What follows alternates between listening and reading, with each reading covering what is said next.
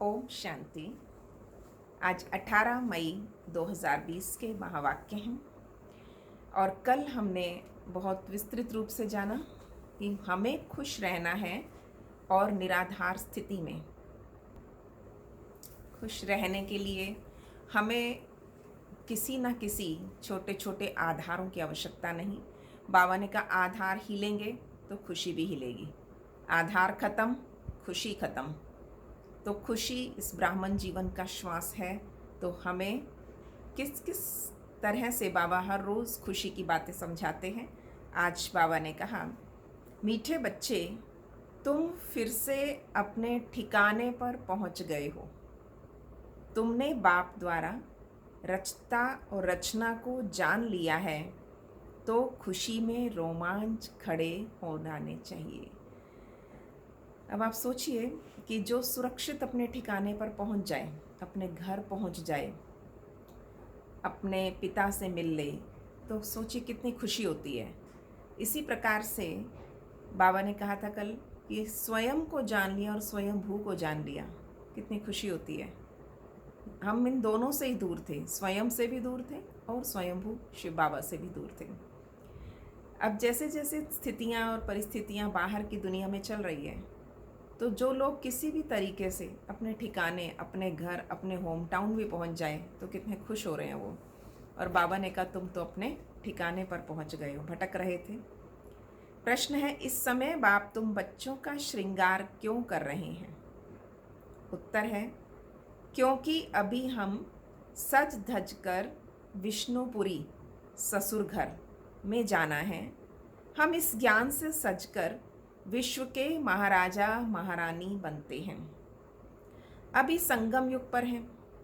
बाबा teacher बनकर पढ़ा रहे हैं, पियर घर से ससुर घर ले जाने के लिए। गीत है, आखिर वो दिन आया आज जिसका हम रास्ता तकते थे। ओम शांति। मीठे मीठे स्वीट चिल्ड्रन, मीठे मीठे सिकिलदे बच्चों ने गीत सुना। तुम बच्चे ही जानते हो आधा कल्प, जिस माशूक को याद किया आखिरीन वो मिले हैं।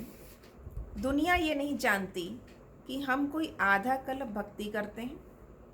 माशूक बाप को पुकारते हैं, हम आशिक हैं, वो माशूक है, कोई नहीं जानता। बाप कहते हैं, रावण ने तुमको बिल्कुल ही तुच्छ बुद्धि बना दिया, खास भारतवासियों को। तुम देवी देवता थे, ये भी भूल गए हो, तो तुच्छ बुद्धि हुए ना। अपने धर्म को भूल जाना, ये है तुच्छ बुद्धि का काम। अब ये सिर्फ तुम ही जानते हो, हम भारतवासी स्वर्गवासी थे। ये भारत स्वर्ग था, थोड़ा ही समय हुआ। 1250 वर्ष तो सतयुग था और 1250 वर्ष राम राज्य चला। उस समय अथाह सुख था। सुख को याद कर रोमांच खड़े हो जाने चाहिए। सतयुग, त्रेता, द्वापर, कलयुग ये पास हो गए, संगम पर आ गए माना। ये कलयुग भी पास हो गया हमारे लिए। सतयुग की आयु कितनी थी ये भी कोई नहीं जानते, लाखों वर्ष कैसे हो सकती है। अभी बाप आकर समझाते, तुमको माया ने कितना तुच्छ बुद्धि बना दिया। दुनिया में कोई अपने को तुच्छ बुद्धि भी समझते थोड़ी है। तुम जानते हो हम कल तुच्छ बुद्धि थे। अभी बाबा ने इतनी बुद्धि दी जो रचता और रचना के आदि मध्य अंत को हम जान गए। कल नहीं जानते थे, आज जाना है। जितना जितना जानते जाते, उतना खुशी में रोमांच खड़े होते जाएंगे। हम फिर से अपने ठिकाने पर पहुंचते हैं। बरोबर बाप ने हमको स्वर्ग की राजाई दी थी, फिर हमने गंवा दी। अभी पतित बन पड़े। सतयुग को पतित नहीं कहेंगे, वो है पावन दुनिया। मनुष्य कहते हैं, हे पतित पावनाओ, रावण राज्य में पावन ऊंच कोई हो ही नहीं सकता। ऊंचते ऊंच बाप के बच्चे बने तो ऊंचे भी बने। सबसे ऊंचा पिता मिल गया तो उसने ही हमारी, है ना, कितना नीच से ऊंच बना दिया हमें। तुम बच्चों ने बाप को जाना है, सो भी नंबरवार पुरुषार्थ अनुसार। अपने दिल से सवेरे उठ के पूछो, अमृत वेले से ही अपनी चेकिंग शुरू करो, चेक एंड चेंज, और अपने दिल से पूछो अमृत वेले का समय अच्छा है। सवेरे अमृत वेले बैठकर ये ख्याल करो, बाबा हमारा बाप भी है, टीचर भी है। ओ गॉड फादर, हे परम पिता परमात्मा तो कहते हैं। अभी तुम बच्चे जानते हो, जिसको याद करते हैं हे भगवान, अभी वो हमें मिला है। हम फिर से बेहद का वर्षा ले रहे हैं। वो है लौकिक बाप, दुनिया में वर्षा लेते जिससे, और ये है बेहद का बाप। तुम्हारा लौकिक बाप भी उस बेहद के बाप को ही याद करते हैं। तो बापों का बाप, पतियों का पति वो हो गया। ये भी भारतवासी ही कहते हैं, क्योंकि अभी मैं बापों का बाप, पतियों का पति बनता हूँ। अभी मैं तुम्हारा बाप भी हूँ, तुम बच्चे बने हो। बाबा बाबा कहते रहते हो। अभी फिर तुमको विष्णुपुरी ससुर घर ले जाता हूँ। ये है तुम्हारे बाप का घर। फिर ससुर घर जाएंगे। बच्चे जानते हैं हमको बहुत अच्छा श्रृंगारा जाता है। अभी तुम पियर घर में हो ना, तुमको पढ़ाया भी जाता है। तुम इस ज्ञान से सजकर विश्व के महाराजा महारानी बनते हो। तुम यहाँ आए ही हो विश्व का मालिक बनने। तुम भारतवासी ही विश्व के मालिक थे जबकि सतयुग था। अभी तुम ऐसा नहीं कहेंगे कि हम विश्व के मालिक हैं, अभी नहीं है। हम विश्व के मालिक थे, ये भी अभी समझ आई। और ये भी जिसने ज्ञान को जितना सही समझा तो उसको ये समझ में आता है कि हम थे, या नशा होता है इस बात का, पर अभी नहीं है। अभी तुम जानते हो भारत के मालिक कलयुगी हैं, हम तो संगम युगी हैं। फिर हम सतयुग में सारे विश्व के मालिक बनेंगे। ये बातें तुम बच्चों की बुद्धि में आनी चाहिए। जानते हो विश्व की बादशाही देने वाला आया है। अभी संगम युग पर वो आए हैं। ज्ञान दाता एक ही बाप है। बाप के सिवाय किसी भी मनुष्य को ज्ञान दाता नहीं कहेंगे, क्योंकि बाप के पास ऐसा ज्ञान है जिससे सारे विश्व की सद्गति होती है।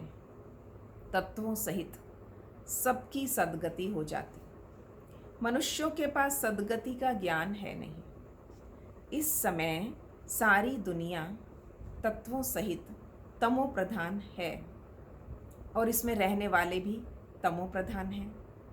नई दुनिया है ही सतयुग, और उसमें रहने वाले भी देवता थे। फिर रावण ने जीत लिया। अब फिर बाप आया हुआ है। तुम बच्चे कहते हो कि हम जाते हैं बाप दादा के पास। बाप हमें दादा द्वारा स्वर्ग की बादशाही का वर्षा देते हैं। बाप तो स्वर्ग की बादशाही देंगे, और क्या देंगे। तुम बच्चों की बुद्धि में ये तो आना ही चाहिए ना, परंतु माया भुला देती है, स्थायी खुशी रहने नहीं देती। जो अच्छी रीति पढ़ेंगे पढ़ाएंगे वही ऊंच पद पाएंगे। गाया भी जाता है सेकंड में जीवन मुक्ति। जो अच्छी रीति पढ़ेंगे पढ़ाएंगे वही ऊंच पद पाएंगे। पहचानना एक ही बार चाहिए ना। हम कहते हैं हमने बाबा को पहचान लिया, तो बाबा ने कहा क्या बार बार पहचानोगे। कुछ समय चले ज्ञान में, कुछ समय ज्ञान छोड़कर चले गए, फिर उन्हें दोबारा पहचान दी जाती है। बाबा कहते क्या पहचानना बार बार होता है। पहचानना एक ही बार चाहिए ना। सभी आत्माओं का बाप एक है। वो सभी आत्माओं का बाप आया हुआ है, परंतु सब तो मिल भी नहीं सकेंगे, इम्पॉसिबल है। बाप तो पढ़ाने आते हैं, तुम भी सब टीचर्स हो। कहा जाता है ना, गीता पाठशाला, ये अक्षर कॉमन है। कहते श्री कृष्ण ने गीता सुनाई। अब ये श्री कृष्ण की तो पाठशाला है नहीं, श्री कृष्ण की आत्मा पढ़ रही है। सतयुग में कोई गीता पाठशाला में पढ़ते पढ़ाते हैं क्या?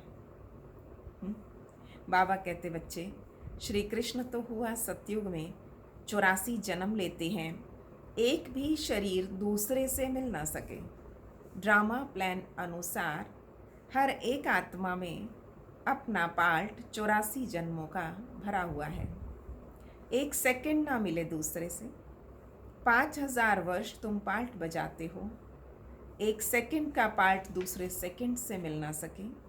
कितनी समझ की बात है। ड्रामा है ना, पार्ट रिपीट होता जाता है। बाकी वो शास्त्र सभी हैं भक्ति मार्ग के। आधा कल्प भक्ति चलती है, फिर सर्व को सदगति मैं ही आकर देता हूँ। तुम जानते हो 5000 वर्ष पहले राज्य करते थे, सदगति में थे, दुख का नाम भी नहीं था।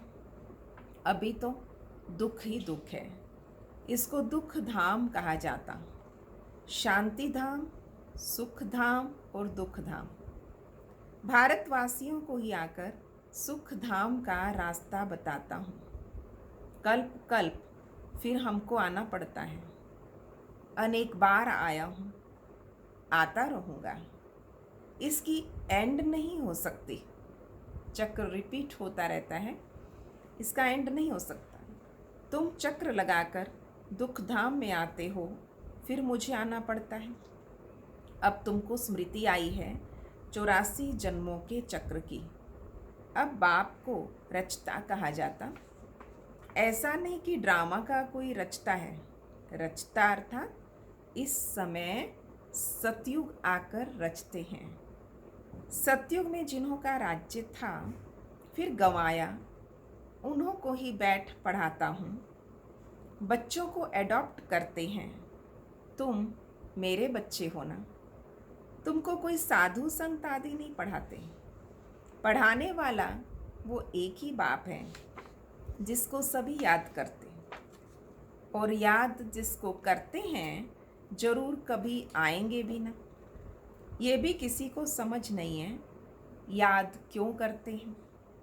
तो जरूर पतित पावन बाप आते हैं।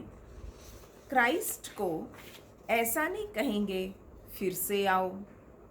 भगवान को पुकारा था कि फिर से आओ। बाबा ने कैसा धर्म पिताओं को नहीं पुकारा था। वो समझते हैं लीन हो गया, फिर आने की बात ही नहीं। याद फिर भी पतित पावन को करते, हम आत्माओं को फिर से वर्षा दो। अब तुम बच्चों को स्मृति आई, बाबा आया हुआ है, नई दुनिया की स्थापना करेंगे।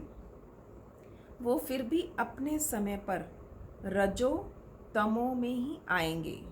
कोई रजो में आए और कोई धर्मपिता बिल्कुल तमो प्रधान स्थिति में आए हैं, जो सृष्टि की ये स्थिति हुई कलयुग में।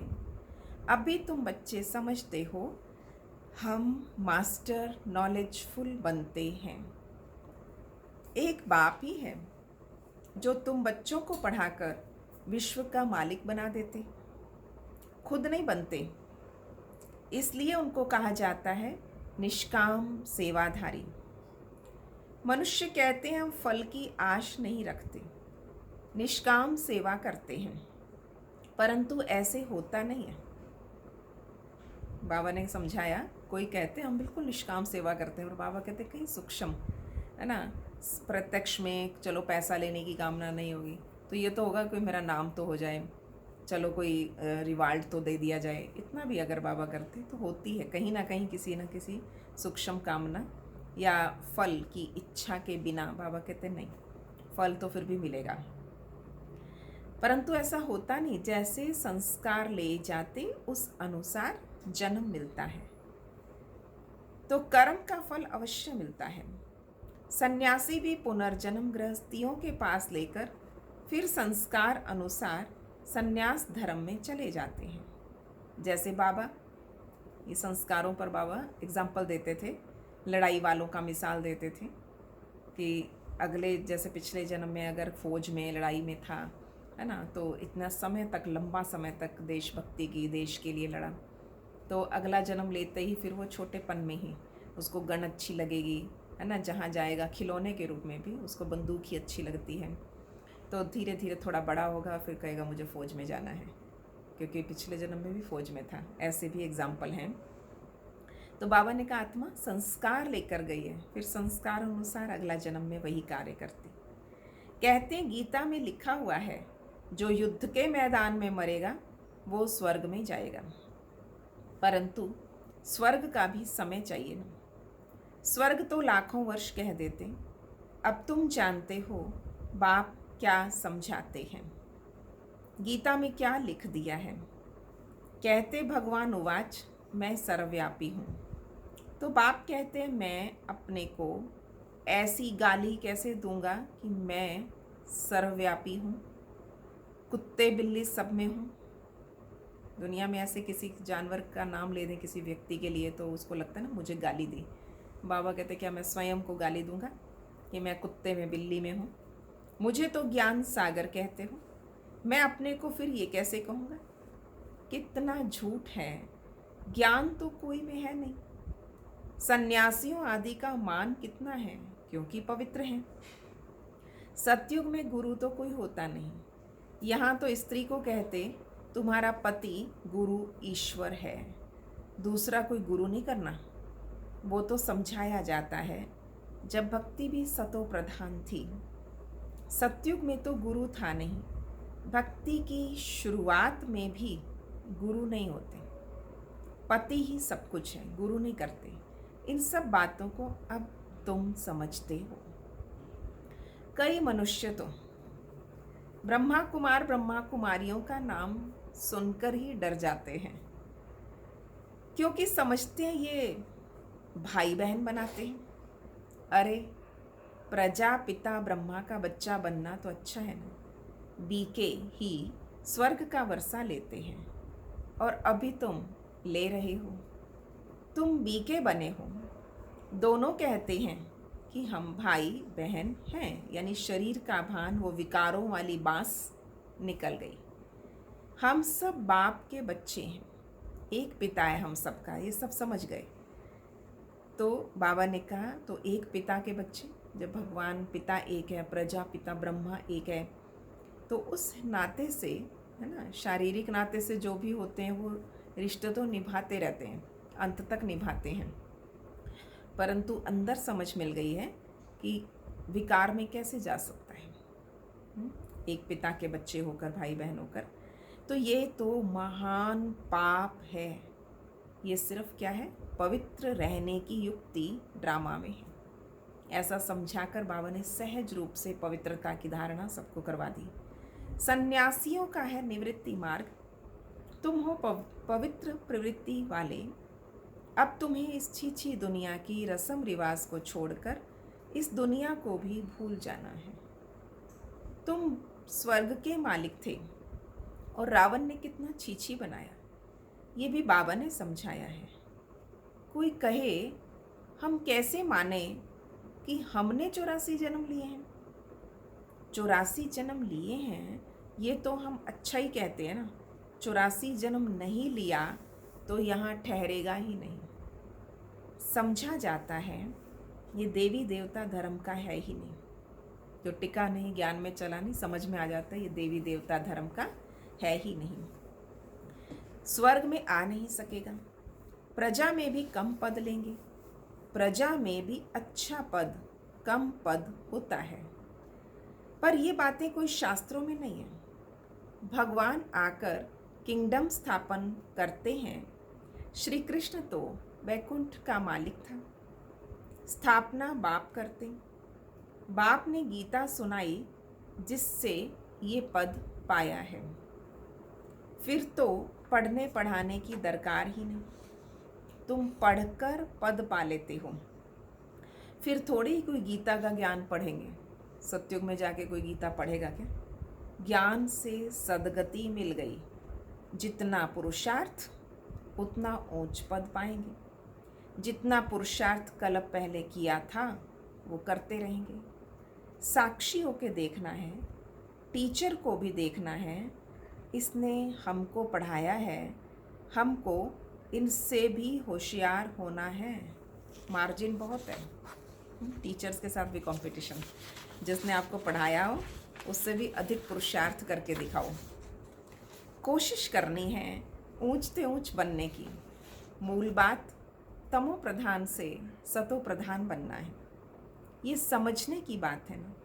गृहस्थ व्यवहार में भी रहना है, बाप को याद करना है तो पावन बन जाएंगे। यहाँ सब पतित हैं, इसमें दुख ही दुख है। सुख का राज्य कब था ये किसी को पता नहीं। दुख में कहते हैं हे भगवान, हे राम, ये दुख क्यों दिया। अब भगवान तो सबको दुख देते नहीं किसी को भी, अब रावण दुख देता है। अब तुम जानते हो हमारे राज्य में और कोई धर्म नहीं होगा और बाद में और धर्म आएंगे। तुम भल कहीं भी जाओ, पढ़ाई साथ है। पढ़ाई हर जगह पढ़ी जा सकती है। मन मनाभव का लक्ष्य तो मिला।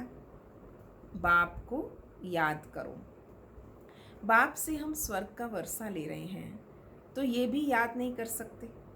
ये याद पक्की चाहिए तो फिर अंतमति सुगति हो जाएगी। अच्छा, मीठे मीठे सिकिलधे बच्चों प्रति माता पिता बाप दादा का याद, प्यार और गुड मॉर्निंग। रूहानी बाप की रूहानी बच्चों को नमस्ते। हम रूहानी बच्चों की रूहानी बाप दादा को नमस्ते जी, नमस्ते जी। गुड मॉर्निंग बाबा, शुक्रिया बाबा। आज धारणा की बात है, सवेरे सवेरे अमृत वेले उठ ख्याल करना है बाबा हमारा बाप भी है, टीचर भी है। अभी बाबा आया है हमारा ज्ञान रत्नों से श्रृंगार करने। वो बापों का बाप, पतियों का पति है। ऐसे ख्याल करते अपार खुशी का अनुभव करना है। दूसरा, हर एक के पुरुषार्थ को साक्षी होके देखना है। No comments. ये ना सोचो ये ऐसा क्यों करती है, ये वो ऐसा क्यों करता है। हर एक के पुरुषार्थ को, अगर कम पुरुषार्थ कर रहा है तो भी, और अधिक पुरुषार्थ कर रहा है तो बहुत साक्षी होके देखो। ऊंच पद की मार्जिन है, इसलिए तमो प्रधान से सतो प्रधान बनना है। हमसे कोई अच्छा पुरुषार्थ कर रहा है तो चुपचाप उससे रेस करो। ये क्या क्या अपना लेना चाहिए, किसकी कौन सी क्वालिटी है जो मुझे अपनानी है। आज का वरदान, समर्थ आत्मा का बाबा ने वरदान दिया। संगम युग पर प्रत्यक्ष फल द्वारा शक्तिशाली बनने वाली सदा समर्थ आत्मा भव। संगम युग पर प्रत्यक्ष फल द्वारा शक्तिशाली बनने वाली सदा समर्थ आत्मा भव। संगम युग पर जो आत्माएं बेहद सेवा के निमित्त बनती हैं, उन्हें निमित्त बनने का प्रत्यक्ष फल शक्ति की प्राप्ति होती है। ये प्रत्यक्ष फल ही श्रेष्ठ युग का फल है। ऐसा फल खाने वाले ही शक्तिशाली आत्मा किसी भी परिस्थिति के ऊपर सहज विजय पा लेती है। वो समर्थ बाप के साथ होने के कारण व्यर्थ से सहज मुक्त हो जाती है। जहरीले सांप के समान परिस्थिति पर भी उसकी विजय हो जाती है। इसलिए यादगार में दिखाते हैं, श्री कृष्ण ने सर्प पर डांस किया। दोबारा सुने। संगम युग पे जो आत्माएं बेहद सेवा में हैं, उन्हें निमित्त बनने का जो चांस मिला, तो बाबा ने कहा निमित्त बनते क्या मिला? प्रत्यक्ष फल, शक्ति, ताकत मिलती है। प्रत्यक्ष फल होता है खुशी। तो बाबा ने कहा इस तरह से प्रत्यक्ष फल इस श्रेष्ठ युग का फल है। ऐसा फल खाने वाली शक्तिशाली आत्मा किसी भी परिस्थिति के ऊपर सहज विजय पा लेती है। समर्थ बाप के साथ होने के कारण व्यर्थ से सहज मुक्त हो जाती है। जहरीले सांप के समान परिस्थिति पर भी उसकी विजय हो जाती है। इसलिए यादगार दिखाया, श्री कृष्ण ने सर्प पर डांस किया। आज का स्लोगन है, पास विद ऑनर बनकर पास्ट को पास करो और बाप के सदा पास रहो। पास विद ऑनर बनकर पास्ट को पास करो और बाप के सदा पास रहो। ओम शांति।